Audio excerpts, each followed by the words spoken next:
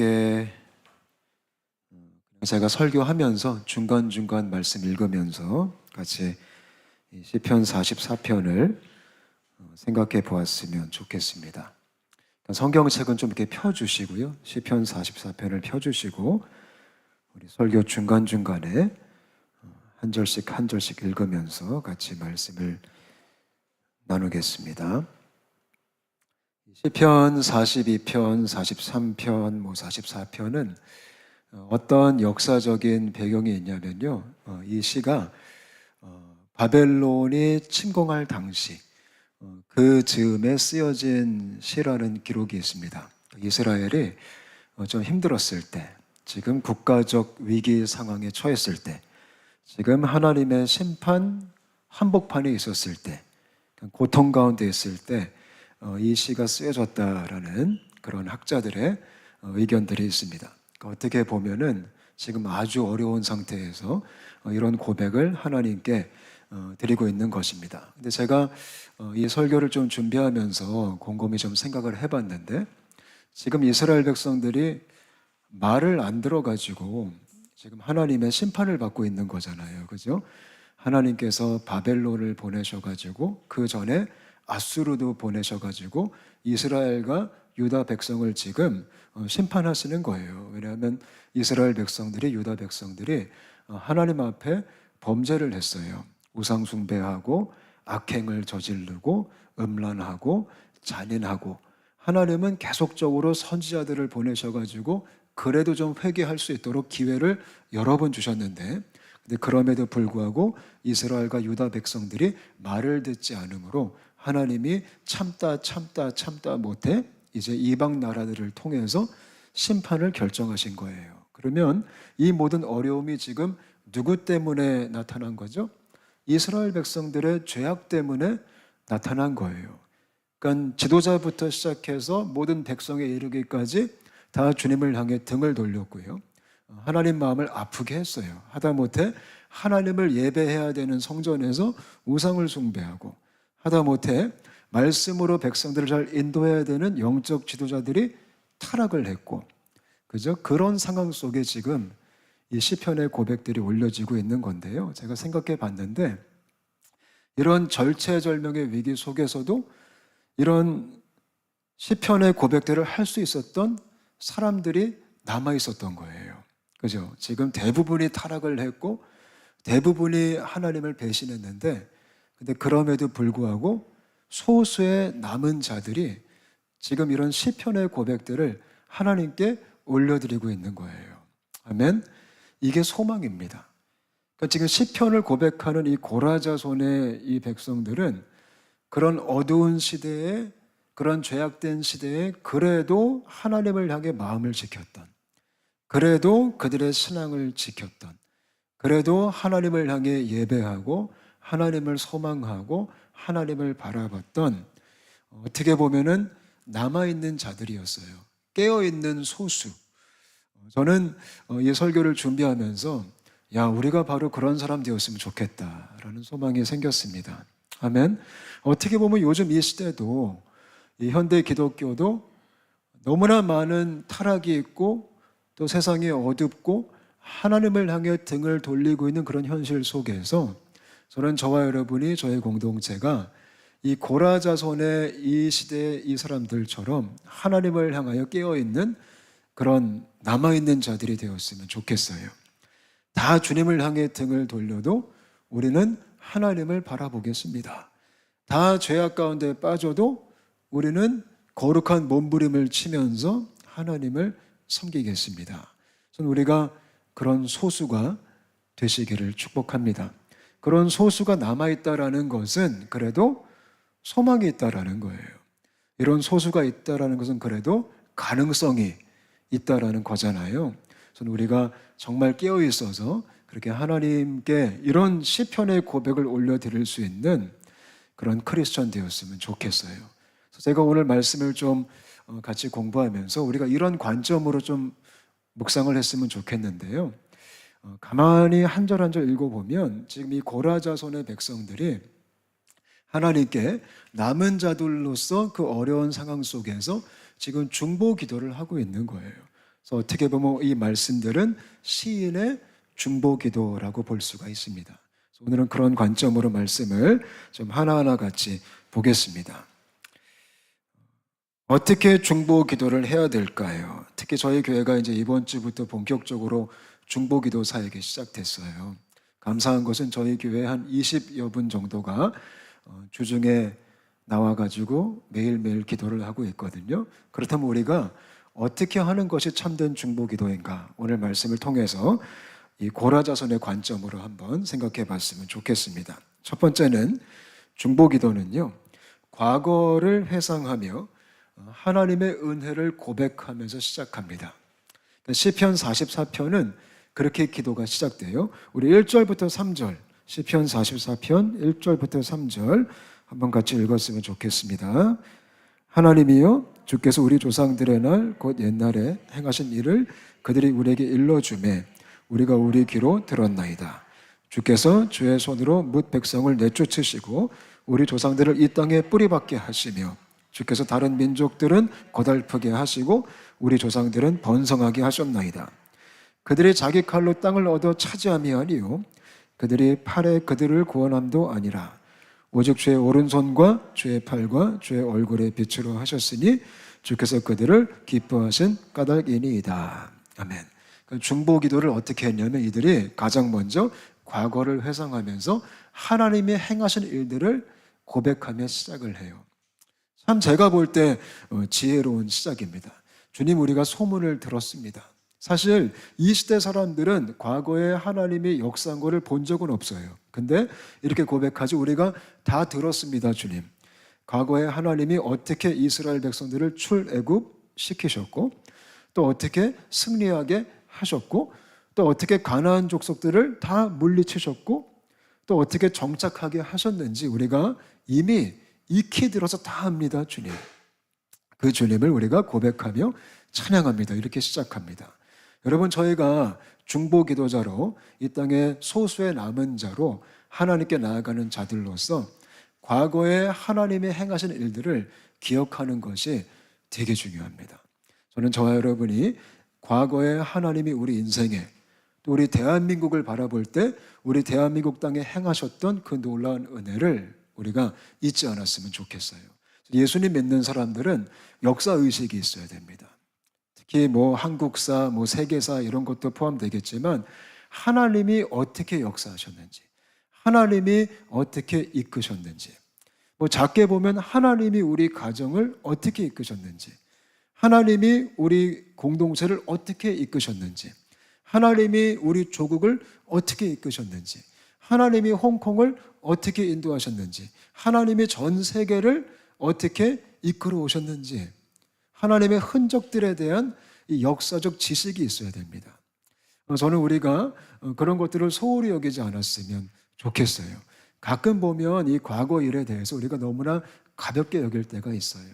근데 과거가 있기 때문에 현재가 있는 겁니다. 믿으시죠? 과거가 있기 때문에 미래를 향한 소망이 있는 겁니다. 특히 하나님의 역사에 대한 그런 인식과 그런 지식과 그런 감사의 고백들이 있었으면 좋겠어요.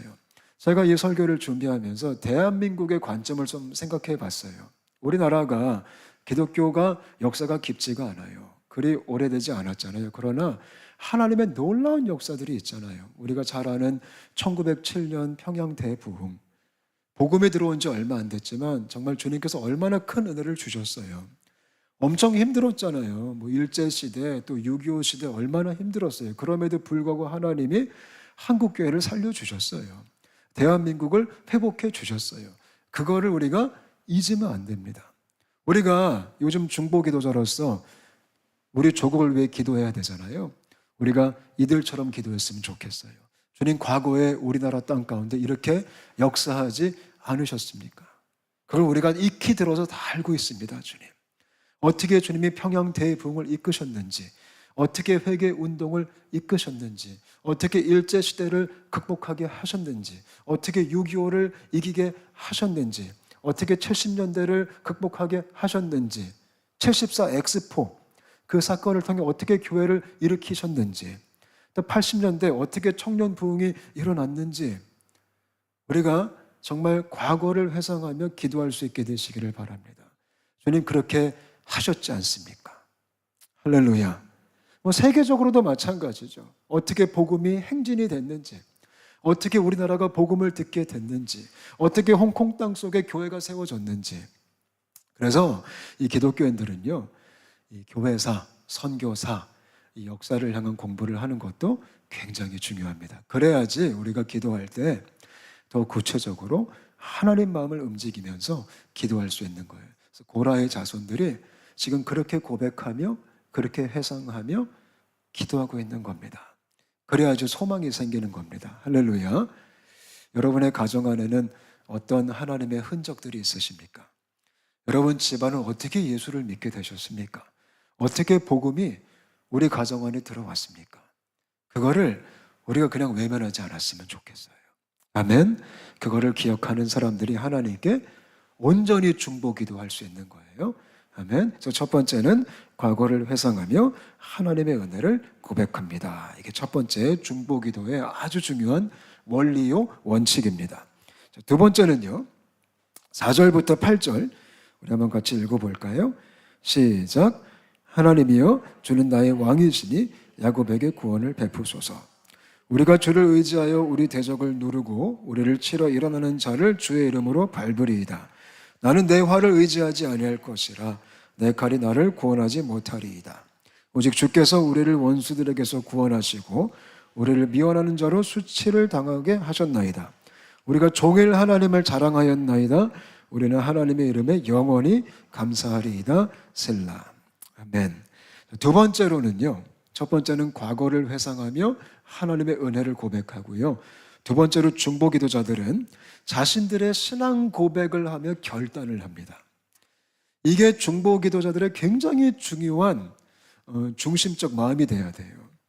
우리가 기도하는 자들로서 정말 우리의 신앙 고백, 우리의 결단, 우리의 헌신이 확실하게 있어야 됩니다.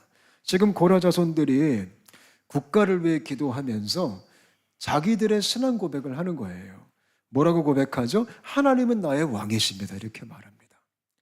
기도하는 자들이 먼저 우리가 하나님께 올바로 서 있어야 되는 거예요.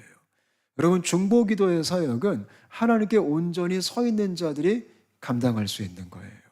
다 배신해도, 다 등을 돌려도, 다 하나님을 떠나도 주님, 나는 떠나지 않겠습니다. 주님은 나의 왕이십니다.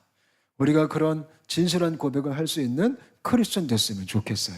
우리 온사랑교회가 정말 지금 세상이 무너지고 어둡고 교회가 타락하고 지금 별의별 소문이 다 들리지만 주님, 그럼에도 불구하고 우리는, 내 자신은 끊임없이 여호와를 왕으로 섬기겠습니다. 이런 확실한, 견고한, 흔들리지 않는 신앙인이 되시기를 축복합니다. 저도 그렇게 되고 싶어요. 아멘. 남들이 다 하나님 나 몰라라 해도 우리는 하나님을 섬겨야죠. 아멘. 나와 내 집은 여호와를 섬기겠노라. 이런 여호수아의 고백처럼 우리가 그런 고백을 할 수 있는 믿음의 사람 됐으면 좋겠어요. 근데 이런 신앙 고백뿐만 아니라 이 중보기도자들은 내가 하나님을 의지하겠습니다. 이것도 아주 확실하게 합니다. 이들이 뭐라고 말해요? 내 화를 의지하지 않겠다. 여러분, 예수 믿는 삶이 뭘까요? 예수 믿는 삶은 철저하게 하나님을 의지하는 삶이에요. 믿으시죠? 하나님은요, 우리가 다른 거 의지하는 거 별로 안 좋아하세요. 내 화를 의지하지 않겠다. 이게 무슨 뜻일까요? 요즘 말로 말하면 내 돈을 의지하지 않겠습니다. 내 실력을 의지하지 않겠습니다. 내 업적을 의지하지 않겠습니다. 내 학력을 의지하지 않겠습니다. 내 인맥을 의지하지 않겠습니다. 난 오직 여호와를 의지하겠습니다. 이런 고백이에요. 물론 실력, 학력, 업적이 중요하지 않다는 거 아니에요. 그러나 그것들은 의지의 대상이 아니라는 거예요. 아멘? 그러니까 학력을 갖다 버리라는 거 아니에요. 업적을 갖다 버리라는 거 아니에요. 그러나 업적을 의지하지 말라는 거예요. 인맥이 중요하지 않다라는 거 아니에요. 인간관계 중요하죠. 그러나 인맥을 의지하지 말라는 거예요. 그래서 우리가 그런 고백을 했으면 좋겠어요. 우리의 오직 의지 되신 주님만을 붙들 수 있게 되시기를 축복합니다. 그게 중보기도자들의 신앙 고백이었어요. 주님을 왕으로 선포하고 나는 오직 주님만 붙듭니다. 아멘. 가끔 제가 저를 보면 제가 참 교만할 때가 있어요. 제가 제 체력을 의지할 때가 있어요. 주님, 저는 체력이 좋습니다. 저는 지치지 않습니다. 저는 밤을 꼴딱 새도 충분합니다. 이게 얼마나 무서운 고백인지 몰라요. 이러다가 한순간에 훅 갈 수도 있는 거거든요. 아무리 건강해도요, 하나님이 한번 치시면 끝날 수 있잖아요. 그거를 우리가 인정할 수 있어야 됩니다. 그렇다고 뭐 건강을 내팽개쳐라, 그건 아니에요. 우리가 우리 몸을 관리하고 이건 중요하지만 의지하지 말라는 거예요. 전 우리가 오직 하나님만 정말 철저하게 온 마음을 다해 의지했으면 좋겠어요. 아멘. 우리의 절대적 의존의 대상, 오직 하나님 한 분이십니다. 믿으시죠? 그렇다고 또 이러시면 안 돼요. 나는 주님을 의지하기 때문에 내 건강 따위 챙기지 않습니다. 이건 또 너무 가신 거예요. 나는 주님을 의지하기 때문에 우리 애들 공부 안 시킬 겁니다. 이것도 너무 많이 가신 거예요. 그건 아니잖아요. 주님을 의지하는 자들은 성실하게 살아갑니다. 하나님이 가장 기뻐하는 건 성실하게 주님을 의지하는 겁니다. 믿으시죠? 우리가 그 길을 걸어갔으면 좋겠어요. 또한 중보자들은요, 시편 이 고백을 보니까 하나님을 찬양하고 내가 주님을 자랑하기로 결정합니다. 그러니까 이들의 찬양의 대상은 오직 하나님이시다, 이런 고백을 해요. 저는 우리가 그런 또렷한 예배자의 고백이 있었으면 좋겠어요. 아멘.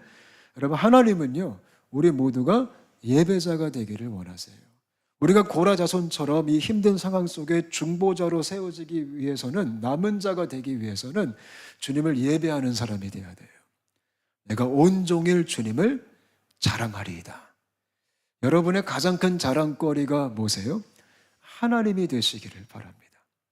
우리가 자랑하고 싶은 거 되게 많잖아요. 우리 부모님들은 자식 자랑, 그죠? 또 우리가 갖고 있는 소유에 대한 자랑.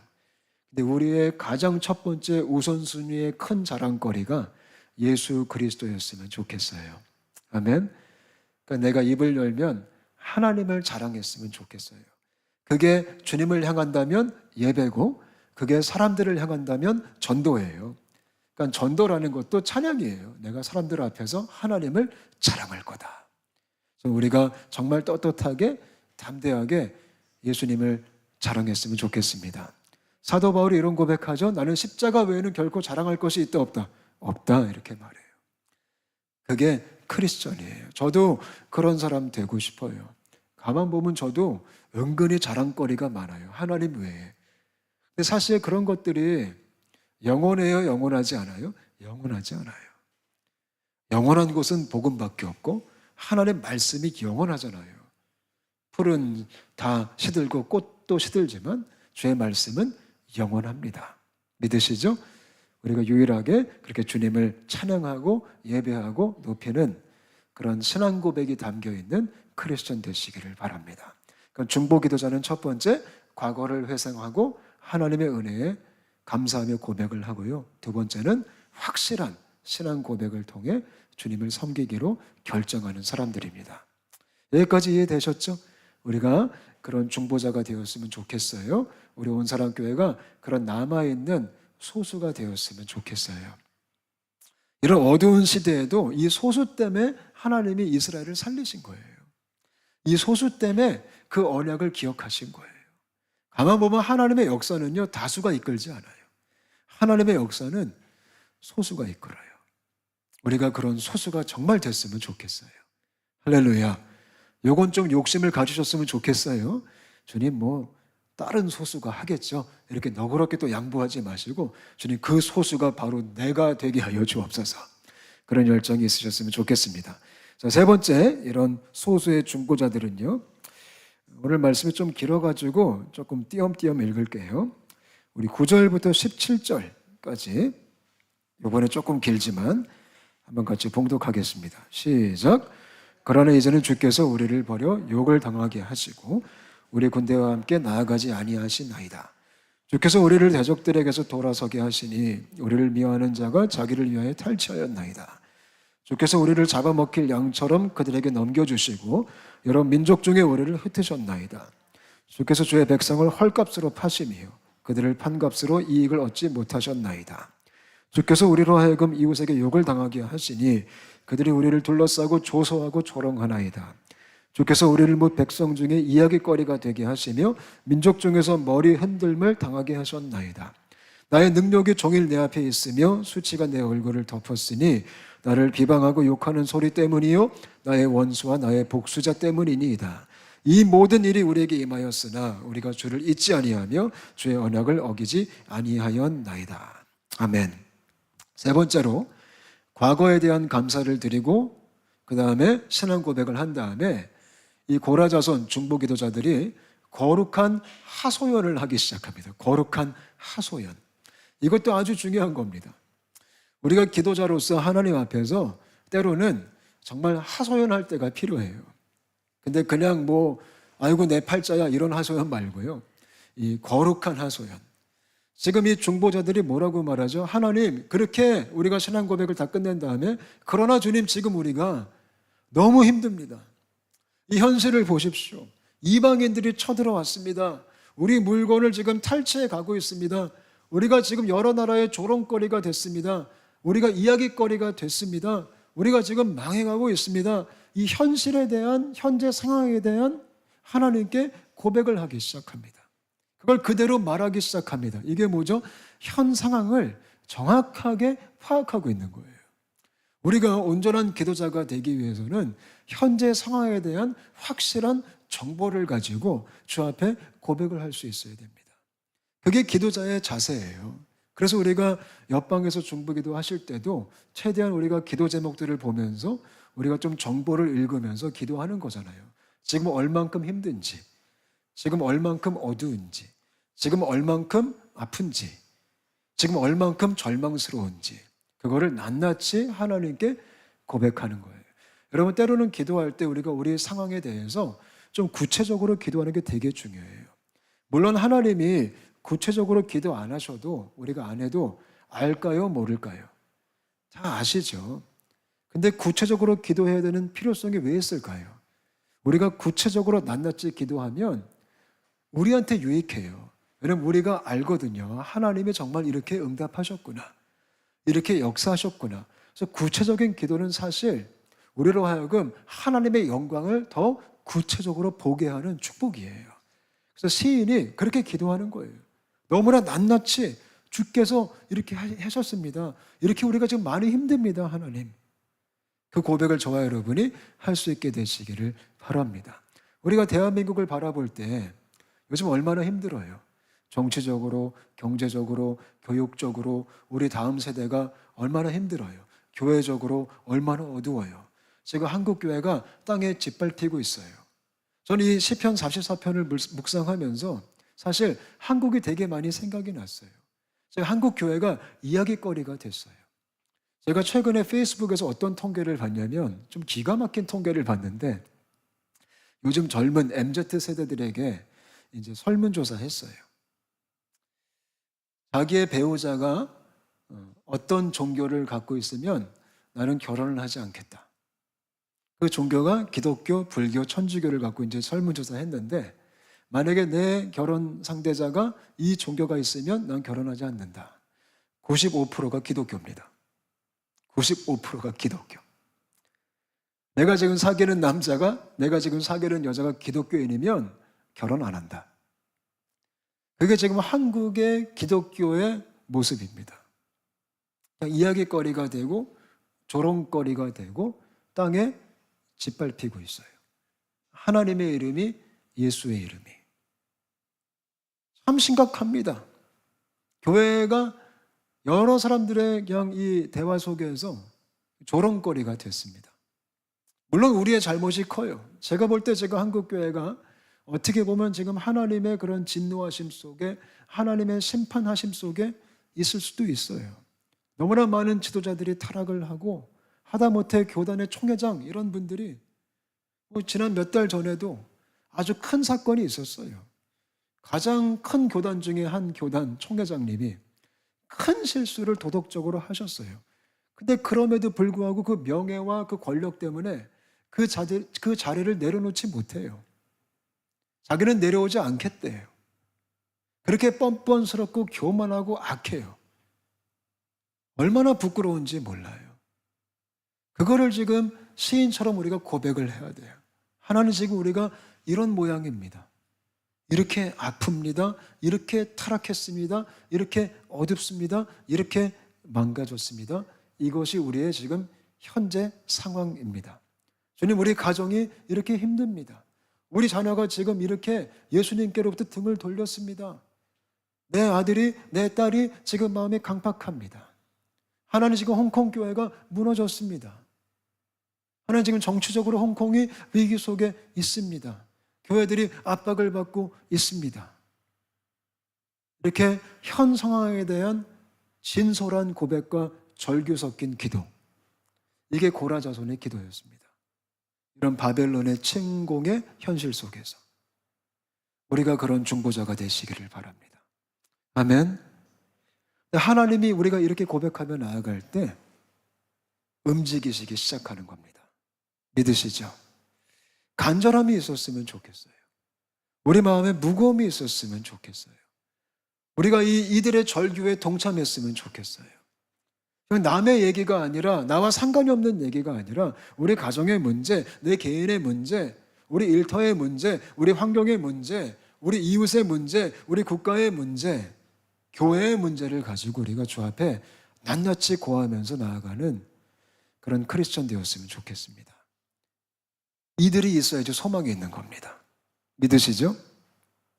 근데 뭐라고 말하죠? 이 모든 일이 우리에게 임하였으나, 저는 이게 너무 좋아요. 17절, 우리가 주를 잊지 아니하며 주의 언약을 어기지 아니하였나이다. 이 고백을 할 수 있는 거예요. 중보자는 첫 번째, 과거를 회상하며 하나님의 은혜에 대한 고백을 하고, 두 번째, 본인의 신앙 점검과 확실한 신앙 고백을 하고, 세 번째, 현재 상황에 대해서 하나님께 구체적으로 아뢰면서 그 마음을 토해내는 그런 고백이 있는 거예요. 우리 교회가 이 사명을 감당했으면 좋겠어요. 아멘. 그래서 중보자는 좀 대표성이 있는 거예요. 중보 기도자들은. 주님, 내가 이 모든 짐을 내가 짊어지고 하나님 앞에 나아갑니다. 할렐루야. 그 사명 우리가 감당했으면 좋겠어요. 마지막으로 23절부터 26절 우리 같이 한번 읽겠습니다. 시작. 주여 깨소서, 어찌하여 주무시나이까? 일어나시고 우리를 영원히 버리지 마소서. 어찌하여 주의 얼굴을 가리시고 우리의 고난과 압제를 잊으시나이까? 우리 영혼은 진토 속에 파묻히고 우리 몸은 땅에 붙었나이다. 일어나 우리를 도우소서. 주의 인자하심으로 말미암아 우리를 구원하소서. 자, 네 번째는 그런 현 상황에 대한 고백을 다 한 다음에 간절하게 간구하기 시작하는 겁니다. 하나님께. 제가 볼 때 이게 하이라이트예요.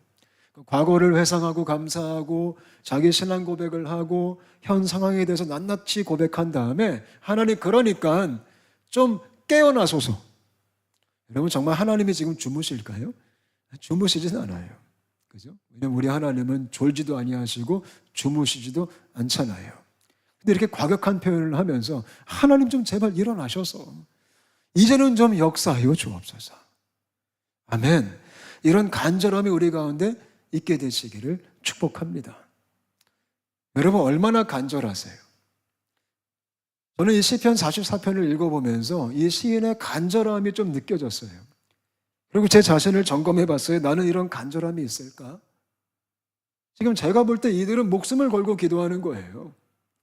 이런 힘든 상황 속에서 정말 모든 걸 다 주 앞에 쏟아부으면서 하나님 깨소서, 일어나소서, 어찌하여 주무시나이까? 하나님께 지금 고래고래 소리를 지르면서 간절하게 매달리는 거예요. 저는 저와 여러분이 이런 간절함이 있는 크리스천 되었으면 좋겠어요. 제가 볼 때 요즘 가장 큰 문제가 우리가 좀 간절함이 그렇게 많이 있는 것 같지가 않아요. 저를 포함해서. 정말 간절하면 사람은 가만히 있지 않거든요. 정말 원하면, 우리가 정말 이게 급하면 우리를 그냥 말릴 수가 없거든요. 그런 간절함의 회복이 있게 되시기를 바랍니다. 여러분, 요즘 이 시대가 이런 간절함이 회복되어야 되는 시대입니다. 교회가 이 시인들처럼 하나님께 매달려야 되는 시대입니다. 대한민국만 보더라도 하나님께 매달려야 되는 시대입니다. 우리가 홍콩을 보더라도 하나님께 지금 매달려야 되는 시대입니다. 믿으시죠?